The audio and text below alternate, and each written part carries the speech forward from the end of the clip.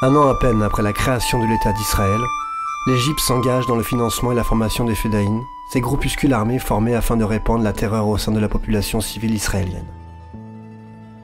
Se forgeant des entrées à partir de la bande de Gaza ou la Judée-Samarie, les Fedayeen causent en 5 ans la mort de 1300 civils. Le 23 juillet 1952, le militaire Gamal Abdel Nasser assassine le roi d'Égypte Farouk Ier, allié des Britanniques. Nasser se positionne comme leader du monde arabe. Soutenu par la rue, il fonde sa campagne sur la lutte contre l'impérialisme et le tout jeune État juif. En septembre 1955, Nasser viole les accords internationaux et bloque l'accès maritime aux navires en direction d'Eilat.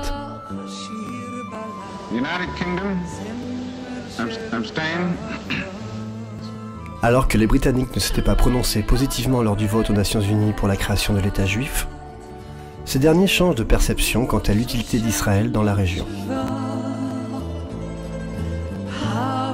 Fin octobre 1956, Anglais, Français, Israéliens engagent le conflit contre l'Égypte de Nasser. En l'espace de 8 jours, Tsahal prend la bande de Gaza et toute la péninsule du Sinaï, s'arrêtant à l'est du canal de Suez. Sous la pression soviétique et le manque de soutien américain, Anglais et Français, alors victorieux, sont obligés de se retirer définitivement. La décision des Nations Unies d'envoyer des forces d'urgence pour stationner le long de la frontière israélo-égyptienne et les garanties fournies par l'Égypte d'assurer la libre navigation dans le golfe d'Eilat conduisent Israël à accepter une évacuation par étapes des territoires conquis quelques semaines plus tôt.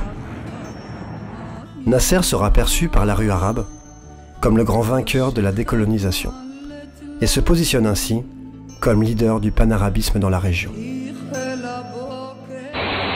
L'agression nous entoure de tous côtés. Plusieurs pays arabes se sont obligés à donner expression à une attitude hostile. Cependant, c'est Nasser qui dirige et organise cette agression qui pèse si lourdement sur notre région et sur le monde entier.